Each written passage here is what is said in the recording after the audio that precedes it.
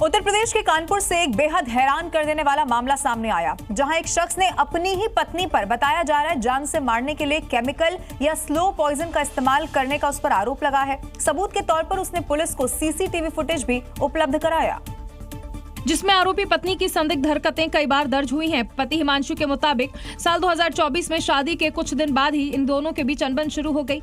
ज्योति अक्सर कलेश तो कर ही रही थी। शक का दायरा तब और बढ़ गया जब ज्योति की दिलचस्पी क्राइम बेस्ड सीरियल में बढ़ने लगी।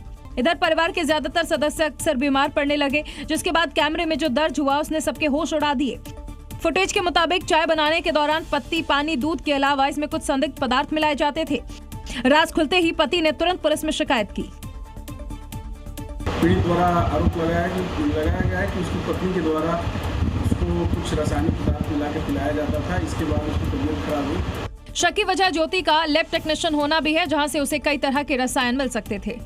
रील और मीम्स की दुनिया में मिर्जापुर वाले मुन्ना भैया कह गए हैं कि बहुत तकलीफ होती है जब आप योग्य हो और लोग आपकी योग्यता को ना पहचाने। अब ऐसी ही एक योग्यता नहीं पहचानने पर एक स्टूडेंट ने आईआईटी कानपुर का वेबसाइट ही हैक कर लिया।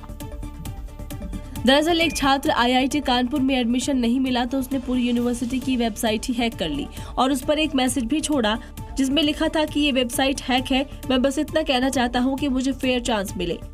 हुआ यूं कि छात्र आईआईटी कानपुर के बी साइबर सिक्योरिटी कोर्स में एडमिशन लेना चाहता था, लेकिन उसे एडमिशन नहीं मिला, जिसके बाद स्टूडेंट ने अपनी काबिलियत साबित करने के लिए ऐसा काम किया था। वहीं जैसे ही इस बात की जानकारी संस्थान के निदेशक प्रोफेसर मनेंद्र अग्रवाल को हुई तो उन्होंने स्टूडेंट पर लीगल एक्शन लेने के बजाय उन्होंने छात्र का भविष्य सुरक्षित रखने पर जोर दिया और स्टूडेंट की जानकारी सार्वजनिक करने के बजाय उसे टेस्ट के लिए बुलाया गया। महाराष्ट्र के जलगांव से एक ऐसा मामला सामने आया है जिसने मानसिक स्वास्थ्य को लेकर गंभीर सवाल खड़े कर दिए हैं। एक साल में 443 आत्महत्याओं के मामले दर्ज हुए, जिसमें से 29 मामले शादी न होने को लेकर पाए गए हैं। और टूटती उम्मीदों के कारण ये चिंताजनक आंकड़े समाज के लिए एक बड़ा सवाल बनकर उभरे हैं। 443 सुसाइड के मामले, 383 पुरुष, 29 महिलाएं, 8 बच्चे, 11 लड़कियां और 29 युवाओं ने सुसाइड किया। ये युवा शादी न हो पाने के कारण मानसिक तनाव में आ गए थे और किसी भी तरह से इमोशनल सपोर्ट न मिल पाने से युवाओं ने सुसाइड कर लिया। लेकिन ऐसे लोगों को समय रहते साइकियाट्रिस्ट से काउंसलिंग या फिर इमोशनल सपोर्ट मिलना उतना ही महत्वपूर्ण है जितना शारीरिक स्वास्थ्य, क्योंकि समय पर मदद मिलने से कई जिंदगियां बच सकती हैं।